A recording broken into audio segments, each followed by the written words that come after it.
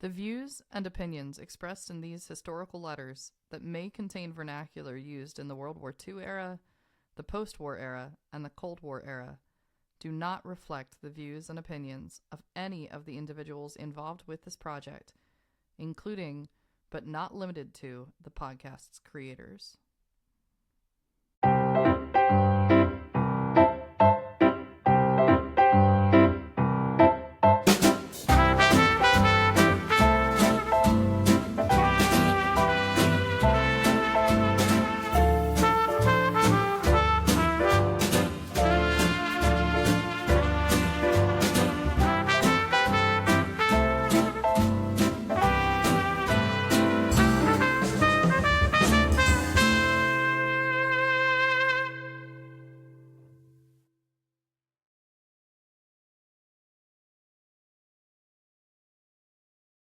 Good morning, Jamie.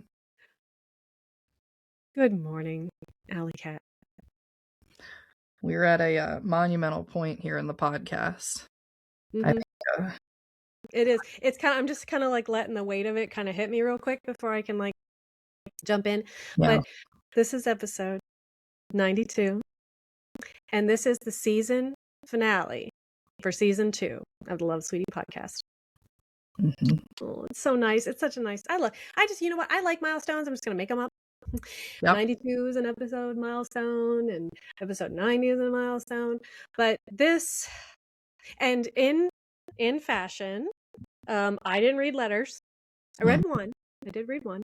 I didn't get to the other ones. But Alley Cat said this was a good episode for me to not read the letters yet. So I get to be surprised with all of you. Yeah. Really looking forward to that. But this is episode 92. And Allison, this episode is entitled If I Had Hunted Another Trillion Years. I know where that's from. Yep. Oh, I love it. I love it. That's a great title for this episode. Very exciting. I'm very excited to see this. We had such a somber episode last week with the passing of Mrs. Brown. That would be Dit's mother-in-law, Elizabeth. So that was sad. But I can't go into this episode with that because it's so exciting to finally reach the season finale, and we're not done after this. We're going right into season 3. That's right. No breaks. Yep. No breaks. There's so many interesting things to talk about just at the beginning here, but we're going to dive into the letters really quick, I promise you. So let me just get some house cleaning right out of the way, or housekeeping. I'm going to clean my house this weekend. If you could please like, share, and subscribe to the Love Sweetie podcast on YouTube, we appreciate that. That really helps us out. If you're listening on our audio channels, click the follow button, the download button, do the reviews, all that good stuff, and then check out the website at www.lovesweetiepodcast.com. Jamie, I wanted to bring some things up. We have a lot of symbolism and parallels in today's episode. Yes, the last episode was emotional on a very somber note. There's going to be different emotions kind of all throughout this episode with things that are going on and leading up to the beginning of season 3 next week. But just for this episode, I was talking to you, Jamie, about how we have 9 pieces of correspondence to go over in this episode. Mm-hmm. And there were 9 pieces of correspondence in the first episode of season 2. So we have that parallel. In the first episode of season 2, we started with a voice we hadn't heard before with Florence. And in the start of this episode, we're starting with a voice that we've been waiting for and really haven't heard from before, except in a little tiny moment with a very special someone, which is Jeanne herself. For this episode to feature Jeanne, Sweetie's sister, in a way we've never seen it before, in this one very important piece of content, it just makes it that much more special. But Jamie, I was talking with you right before the episode started that we have a bit of a time jump going on here. We do. The last episode we ended, it was beginning of spring. Remember, she was talking about her flowers. April 4th, that was Sweetie letting everybody know that Mrs. Brown had passed, and and how the family was taking it. And we don't get any correspondence until June 5th that same year. It's very suspicious. And if people are wondering, is there something going on? Yes, there's something going on. And I'm not going to tell you what that is. But you can start to guess as we move through this episode what might be going on. And that's all I'm going to say about it. But Jamie, I think we can start with this most important, one of the biggest and most important letters. Well, I shouldn't say biggest. One of the most important letters of the collection thus far. June 5th, 1951. Dearest Sweetie, Lou, and Louis, I'm sorry that I didn't have time to write you before the big day, but I shall try to remember the details now. I had written you that we were going to get the license and about the clothes, but when we got there, my blood report was 3 days too old, so we signed an application and came back to take it over again. Then Memorial Day, we went on a picnic with Alex and Edith Wazluskas. I tried 2 chickens on Monday night and boiled potatoes for salad. Took pickles and baked beans in a can. Tuesday night, I hurried home from work, and together we made potato salad. We had to be ready in 1 hour's time. We drove fast and went about 100 miles. We started fishing as soon as we arrived, and Glenn caught the first fish. We were tired, so about 10 p.m., we curled up in the car seats and went to sleep while the men fished. The other fellows slept on the dock, but Glenn fished straight through the night.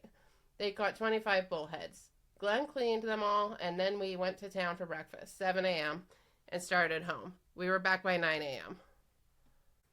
I washed clothes after Glenn went to work and cleaned the house a bit. Then Thursday after work, I bought a hat and ordered the flowers. 2 orchids and pink carnations for me, talisman roses for Mama, the same I had at your wedding, and boutonnieres for the men. Friday night, Glenn came after me, and we picked up the flowers and put them in the refrigerator.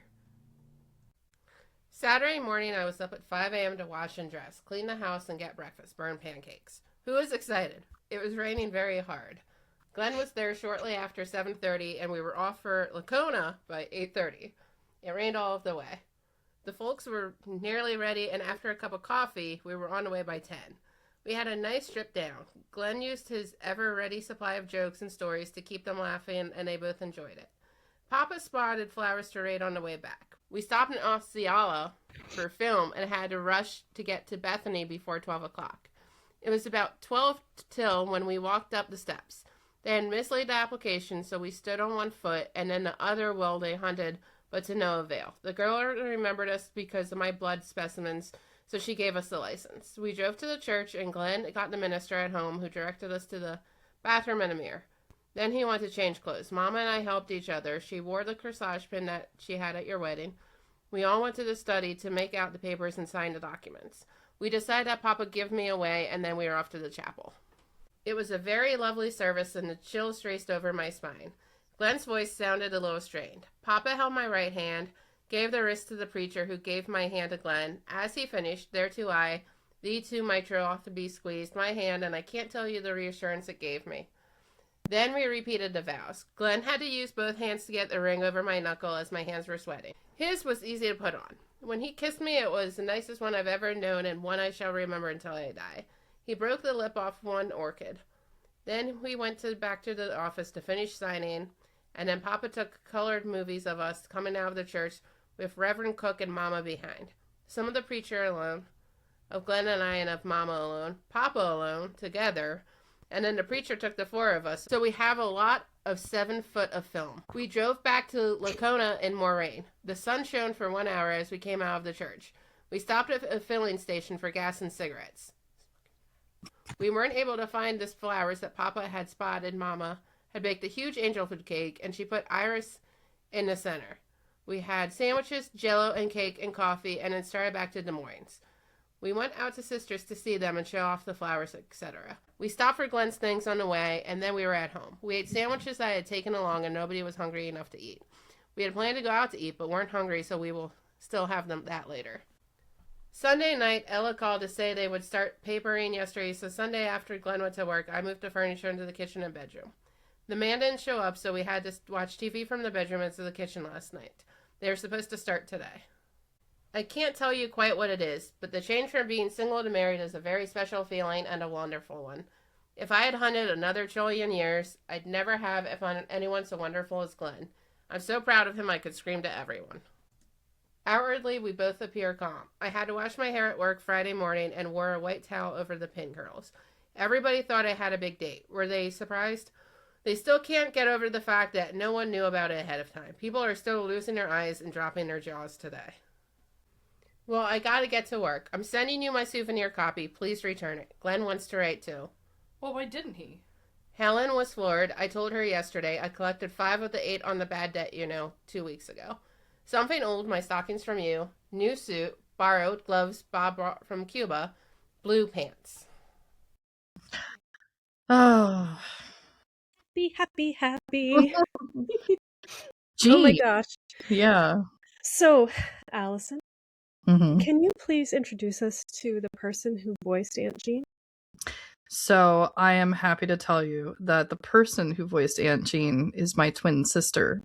And it was a great idea from Jamie. We found it appropriate. It feels so right that Sweetie's sister should be voiced by my sister.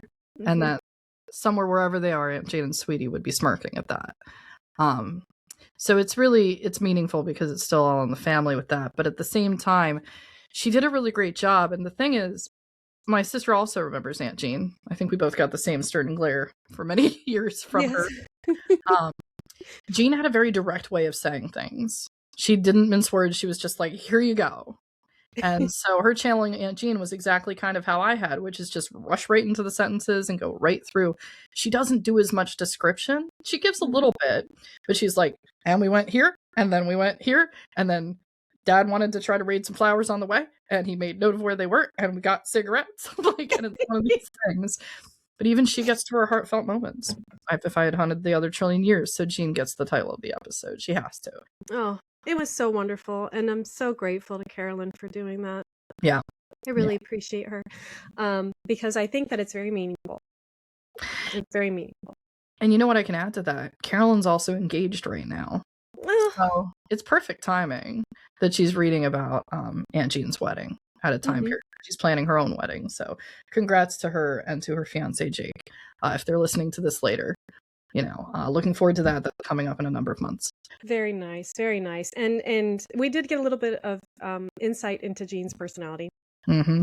You can kind of see how it goes. It's really funny. She doesn't make such a big deal of it, but she does understand the weight of the union and the ceremony and what it means to go from being single to being married. She does understand that, but she also kind of just folds it into her life, and it seems like Glenn did too. Yeah. So it's lovely. It's lovely. He cleaned 25 bowl head. He was like, I'm all done, dude. Glenn seems to be a very interesting character. Mm-hmm. And I'm hoping that we hear from him even if we maybe not get letters, but we're able to get to know Glenn a little bit more. Oh, we're going to. Glenn is certainly an interesting character. And the other thing that I'd call attention to here is with regards to Jeanne herself. I love that they still, well, I guess to both of them, she said she wanted to keep the wedding a secret, and it would seem she didn't tell a lot of her colleagues. So she kind of did anyway, until right after the fact. What? You got married? Oh, yeah. So. Oh, and two, there was only one ring going to be for her. Mm-hmm. And so Glenn, I guess, did make a ring for himself. Maybe he did take Sweetie's advice. I think he did. I don't know, but that sounds awesome. This was fun. Mm-hmm. This was the one letter that I read. Mm-hmm. I was just really dying to hear Carolyn read it. Mm-hmm. And but I didn't read anymore. Right. I didn't read anymore. So we have, like you said, 9 pieces of correspondence. We do. So that's one down. So now we are on to part 2. Dear Jeanne, in doing some cleaning up and sorting out, I came upon a batch of old letters, and in deciding whether they should be kept or thrown out, came upon the rules for TV viewers, and also the letter you wrote regarding your wedding. I am returning it, too, with the suggestion that you keep it until a rough situation comes up, and then reread it. Bet it will melt most of the ire of the moment. I often wonder about the letter I wrote you. Seems you mention it quite often, and I wonder just what I did right. Perhaps you should send it to me. Maybe I could take a little of my own advice and put it to good use. This morning I was up bright and early, drove down to the base with Lou, and drove the car back so that I could take Louis down to the base and have him get some booster shots before school begins.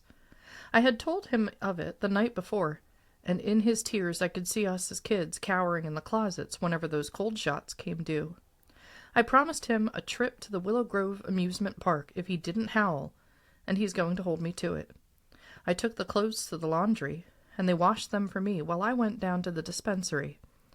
Lou came home with me so that he could keep the car and work on it and wash it, since tonight is his duty night. But he doesn't have to stand a watch.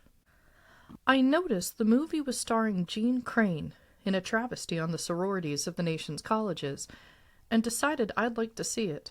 Lou encouraged me, saying a day off would do me good, and so after a quick lunch I hustled Louis up the hill to town. And cuss word, today is Thursday. I thought sure it was a Wednesday, and there was no matinee. I was so undecided I finally asked a woman in the dime store what day it was.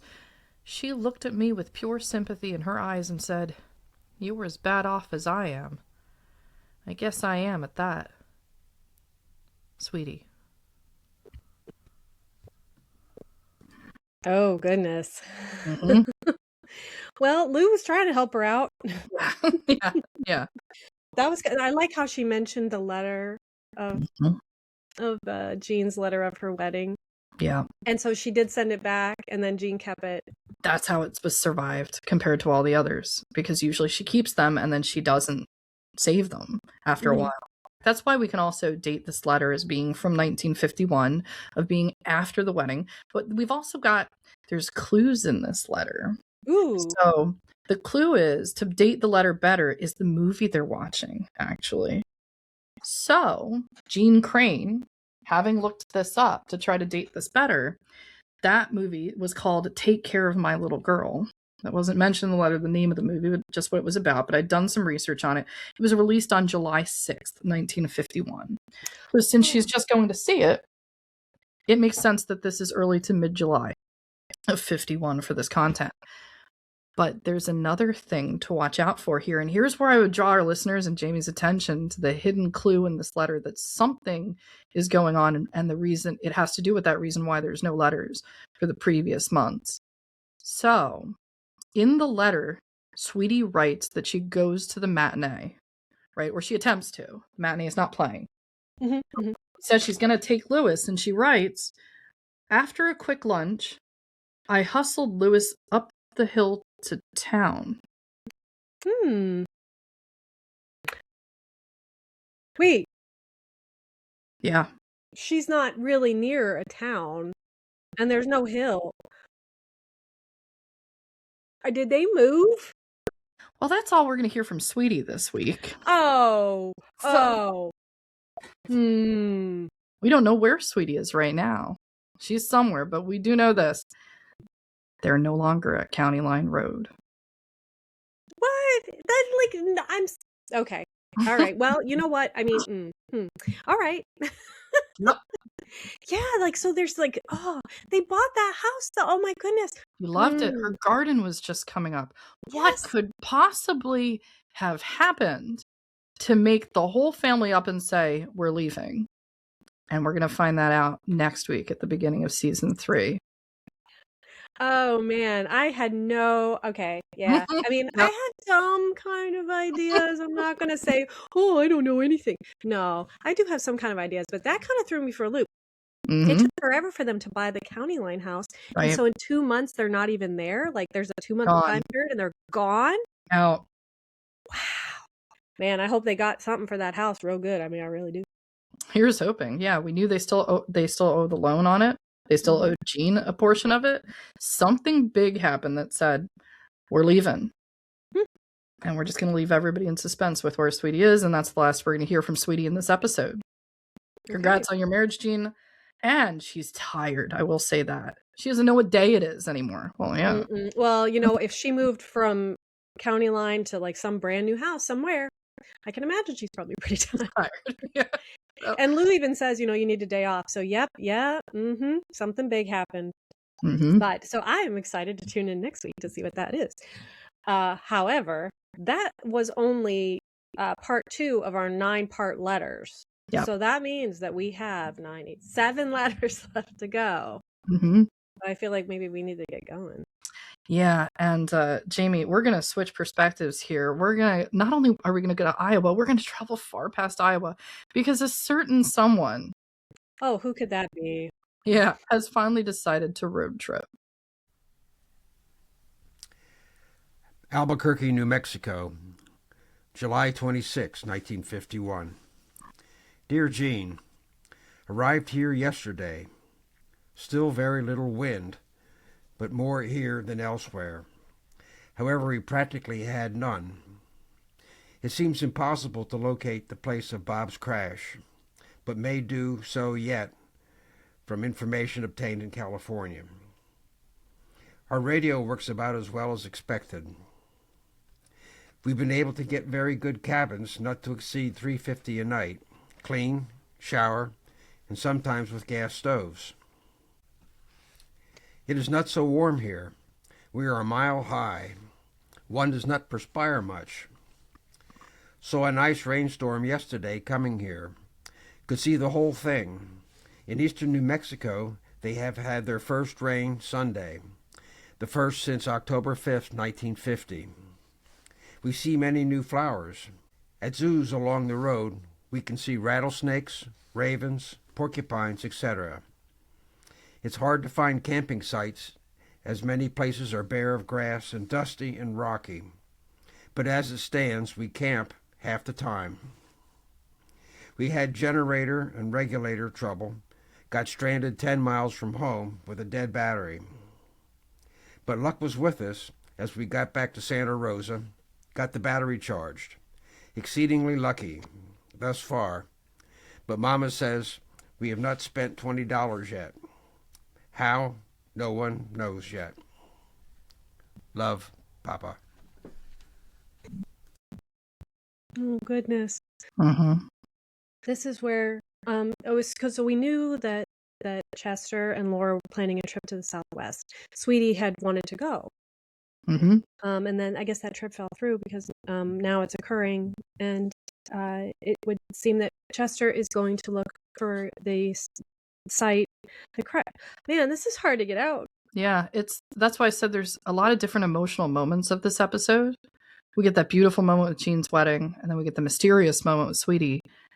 And then we know that he's going to the Southwest. Sweetie had asked, why isn't he coming east to see us in Hatboro? There's so many places. There's family in Indiana. Why isn't he coming east? He's insistent on going to the Southwest. And now we finally really understand why. And they're camping in their late 60s to get out there. And he goes all the way down to Albuquerque, New Mexico, to that area because he's looking for the plane crash site where Bob died. For those that are newer to this podcast, we started season 2. Remember, I said there's parallels and symbolism. We started season 2 with his son Bob dying in the plane crash in New Mexico. We're going to be ending season 2 with finally a sense of closure for Chester, who had not left it on good terms with Bob, that he had been upset that Bob had converted to Catholicism. And Laura was still, pretty good with it, it would seem. But Chester and had not had a good sort of relationship. It was rocky at that time. And he's seeking something here, and he can only really resolve this in his persistence. And he's now in New Mexico at this point, looking for that crash site. And we're going to find out in the next letter if he finds it. Albuquerque, New Mexico, July 26, 1951. Dear Jeanne, did not get away today as planned, though frustrated in obtaining definite information of the location of Bob's plane crash. The records at Kirtland Field had been removed to various places for permanent filing. I went to the newspaper office as a last chance we would find it. Out of 4 papers, I got the information. We went to Isleta Pueblo, 15 miles southeast of here. Gave an old Indian $2 to take us 3 or 4 miles out into the desert, where we found scraps of aluminum over a circle of 800 feet in diameter. In the center of this, we found a shallow hole containing parts of the plane, scraps of clothing, and a larger tire. Understandably, the final end of the journey. We stayed about 2 hours. drove down, out, past, and left the marker recording identification of the disaster. Came back to the same cabin and are leaving today for Grand Canyon on Route 66, 385 miles from here. Love, Papa. Yeah. It's this is very somber. Mm-hmm. Because I remember recording that episode when when poor Sweetie had to go grieve Bob without her family, grieve her oldest brother. And so it's really hard. Like, this is really, really hard to deal with, but he made it. He made it. It was hard for him to find it. I mean, this is a Navy plane that went down, for those that didn't hear. 11 people on board. Bob was the co-pilot. And it was taking off on a routine flight from Amarillo, Texas. But the records have been moved around a lot. You know, the closest base is called Kirtland Base. And they didn't have information. So Chester smartly goes to the newspapers around the area to get more information. And then he goes to an Indian guide. He mentions Isleta Pueblo. I do have this on the map because it is kind of a fascinating map here, just in the sense of how he found it, because we can basically retrace Chester's steps and find out where the plane went down. Isleta Pueblo is tribal land. So this is considered, it's federally recognized as Native American tribe. You'll see this whole area around Albuquerque. So this is directly 15 miles southeast. He's right. You can see there's like a riverbed kind of running through the Isleta there. And I'm going to zoom in here. There are very few roads that are even east of this point.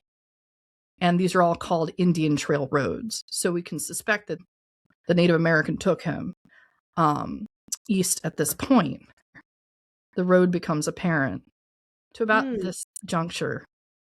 And if we switch the layers to the satellite imagery, because technology is amazing like this, he talks about the desert, right? So there's this topography of the land. And the approximate location of the crash is about this point where we notice, I think it was probably in this general vicinity. There are no other trails in the immediate vicinity. So I suspect this is the crash site. Yeah. But he gets here and he has his closure, and then he leaves a marker recording the tragedy. And I do know that there were family members that at later points, many, many years later, retraced Chester's steps to find the crash site again. And they did. So we know that for sure. I hope it gave Chester as much closure as it could by going there. And what's he going to do now that he's in New Mexico? He's going to try to refresh his mind by going into one of the grandest places of nature anywhere on the planet, which is the one he painted years earlier, which is he's going to return to the Grand Canyon. Grief is such a crazy animal, you know, so I mean, we all experience it differently, and all, you know, you have to process things differently. Yeah. So I'm very sorry for him that he left that relationship the way he did. It's really tough. That's really tough. But I feel like he probably did get some closure from this. They were there for 2 hours and he was like, said his final goodbye. Yeah.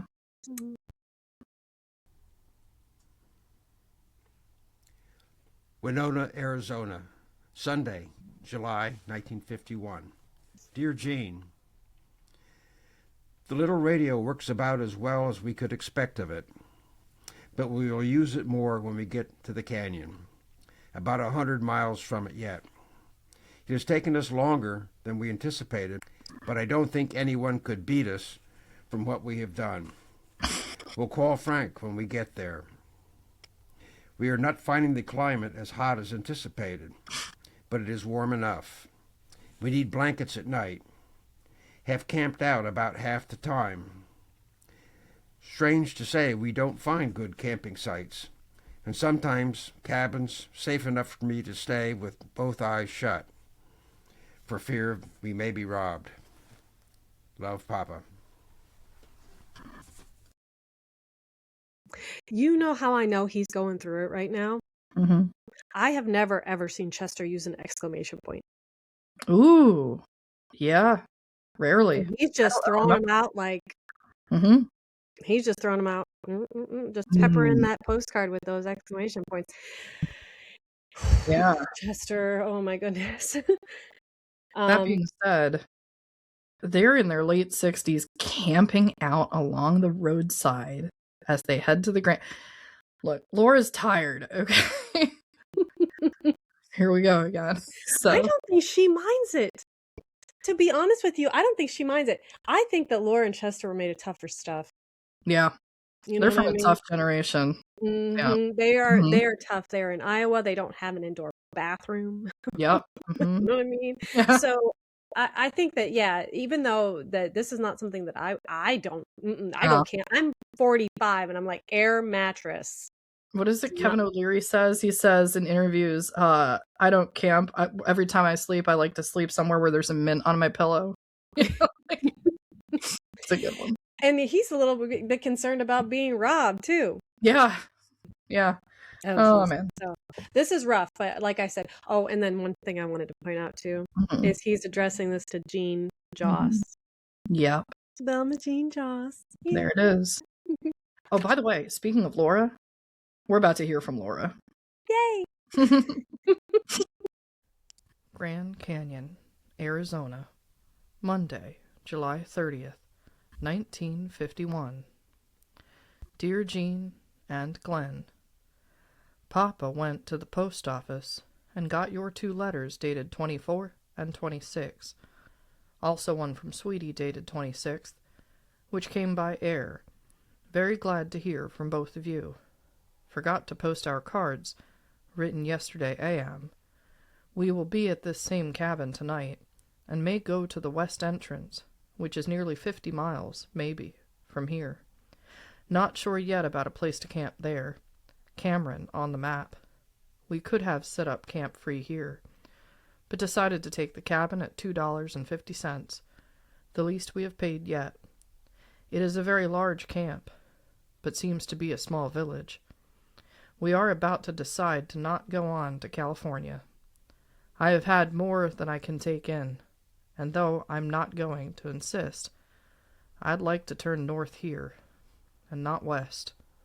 We are well. Love, Mama. Too bad about the camera, but the still cameras do well enough. It's undescribable. Okay, so maybe she has had a little bit. Yeah, she's had it. Like, she's had it up to here. She doesn't want to go to California. She's like, no, I'm good. Yep, let's start heading back. Yeah, so okay. So I'm glad that we did hear from Laura. Yeah. And I was wrong. You were right. She's done. She's done. I don't blame her. But they seem to be finding places to camp, which is good. Like places where they're comfortable. So that's good. $2.50 for a man. For the cabin. And so Sweetie and she addressed Glen, and Chester doesn't. I just want to say that. But she addressed Glen. But how are they getting these letters? They're just getting forwarded to the post office? Yeah, to like the local post office. So they got to time this out.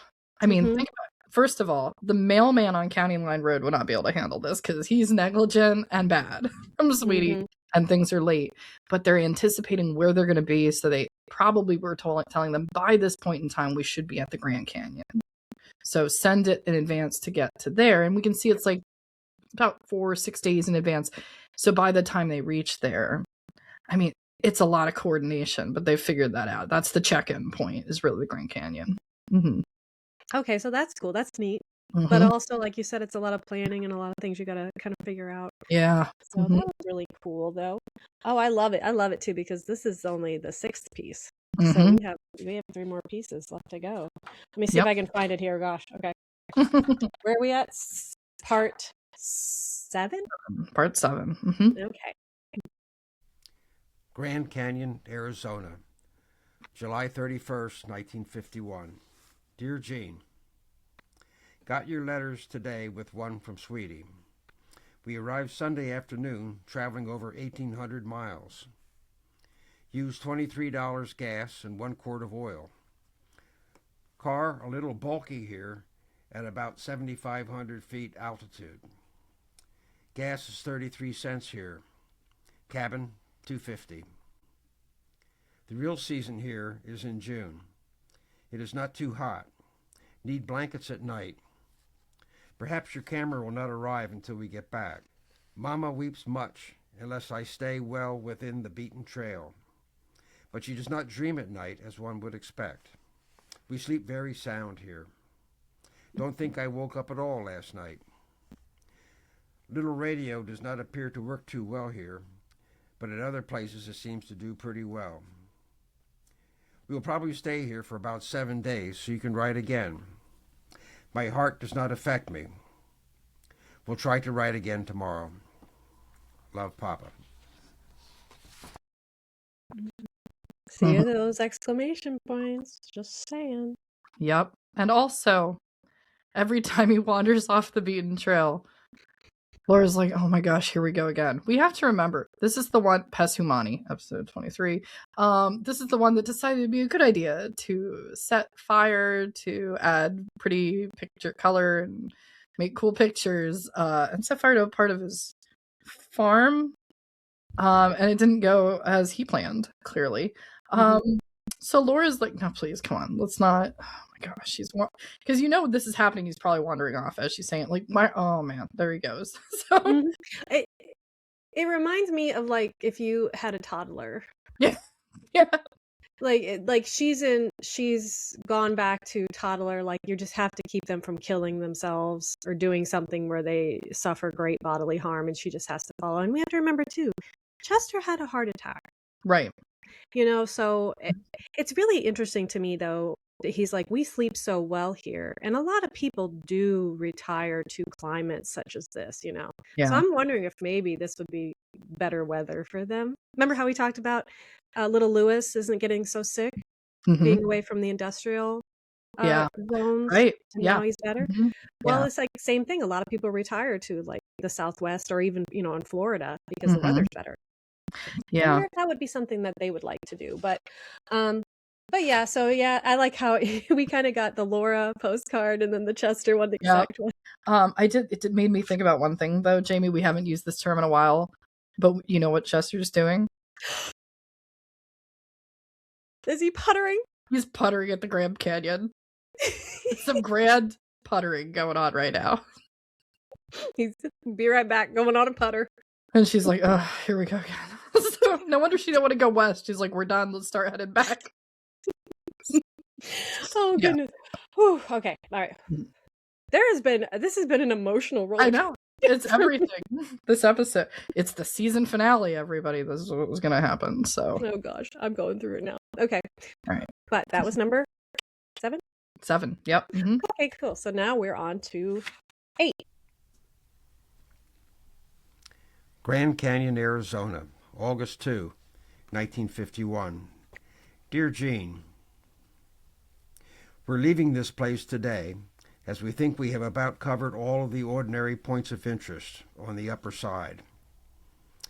Would like to cover the floor, but it seems impossible to do for several reasons. We are starting south for about 60 miles. I will try to map out and plan and let you know where we are going. Love, Papa. Chester doesn't even know where he's going. He's still deciding. So let's look at the timing here. The last penny postal card was from July 31st. He says, I think we're going to stay here 7 days. It is 2 days later on August 2nd. And he's like, we're leaving. So Laura was like, I'm done with the puttering. Because he's like, I'm going to go putter around the floor of the canyon. No, we're not. We're done. We're done. I'm out. We could guess. Allie, do you think that it seems impossible for several reasons? Do you think one of those reasons was Laura? It's his wife. That's the only one that matters. He cut it 5 days short. It's Laura. So. I love this episode.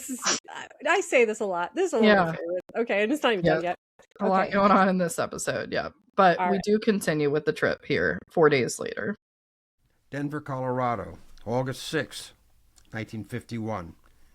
Dear Jeanne, we expect to get home this week, possibly Wednesday, or more likely Thursday. We've had quite an experience on Mountain Road. Had to pass everybody to be able to get in a day's journey. All right, we're just going to pause here right now because we've had a lot of crazy stuff with Chester driving before, flat toes. He is passing people on the roads now, like on the way out of the Grand Canyon. The mountain roads. The mountain roads. Get out of the way. Got to go around. Poor Laura. See, this is heavily endears Chester to me because my husband is the same way. We just got back. We go to Tennessee, Gatlinburg, and we go and go to the park and stuff. And he's always passing people. He's like, oh, I can pass him. It's like a mountain road, like next to a river. Right. Yeah, same exact way. I love it though. But that's great. I can see Chester. Chester is just. Yep. We made quite a few stops in the first scenic part of Journey. The season is 2 or 3 months behind here. Bluebells, wild geraniums just in bloom. Oats just headed of wheat, too green to cut. We will stay a day or so here and then home. Have taken a lot of photos. Had to pay $4 for a cabin here, the highest we have paid. Got some curios which we will exhibit and distribute when we get home. There's been a lot of rain out here in Arizona, New Mexico, and Denver. Had a 3-inch of rain in which 4 people were drowned. When we get home, we plan to make ready a trip to Frank's. Had been benefiting in more human condition.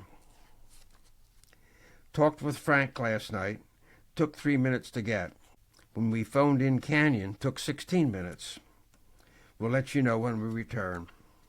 Love, Papa. Wow. Yeah. So they did it. Yep. They went to the Grand Canyon. They went and visited, Bob's crash site, and then they started making their way home. But they stopped a lot. So they were out there for how long? Like a month? I think by the time they got out there, because the first postcard starts on July 26th, so it would have taken probably a week just to get out there with stops, no doubt, from Chester. So I'm thinking they left probably around July 19th or so. And then they're just now about to get home, but that week. So yeah, just probably at least 3 weeks. Yeah. And then they're planning another trip. He's the only doctor in Lacona, right? He's the town doctor. Yeah. I hope nobody had any problems during this time. Not that that's his problem. Right. That is not, nobody's entitled to your labor. So, but that's a long time for the doctor to be gone. And then he's planning another trip to Chicago after that. I think he probably just needs to go. I think a lot of this is processing is him driving. Yeah. Definitely. But, yeah, it's a fascinating story. I find it so appropriate to wind up season 2 with this part is Chester's journey. And for everybody, it's just that closure with the beginning of season 2, because we're about to go into a lot of different things in season 3. Obviously, Sweetie's MIA right now, so we need to know where she got to. But as we close out season 2 here, we're finishing up a chapter on a lot of journeys that are going on. And as we start in season 3, we find ourselves in a new place.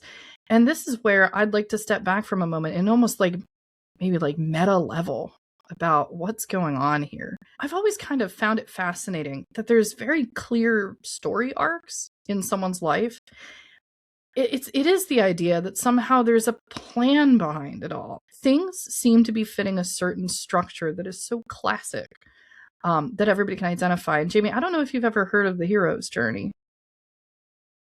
Technically, the hero's journey. Oh, yeah. Tell me about it. It's created, it wasn't created by, but it was really identified by the great mythographer, Joseph Campbell. And he talked about this a lot in the 80s. And it came out in his really big book, which is called The Hero with 1,000 Faces. And the conclusion he arrives at is that pretty much all the great stories of the world in all of history come down to mostly one main story arc, one main structure. And you can always trace things back to this. And there's a number of steps. And the hero's journey is really about what it takes for the hero to become the person at the beginning of the tale to their evolution at the end of their path. in its entirety. He said actually his best student was George Lucas, was with A New Hope, and A New Hope follows the hero's journey arc, and Lucas said he studied Campbell. So like it gives you an idea of like some of the usual beats of like the path of the hero's journey. Sweetie's story is mirroring the hero's journey very, very amazingly well. And I'm going to give you the first few steps just so you know where we're at in the hero's journey if we consider Sweetie's story. And this is going to lead to what I want to say about season 3. The first part from Campbell is that the hero's journey is a departure. There's something called the call to adventure. Mm-hmm. And that's really the initiation of the tale. And then there's something called the refusal of the call.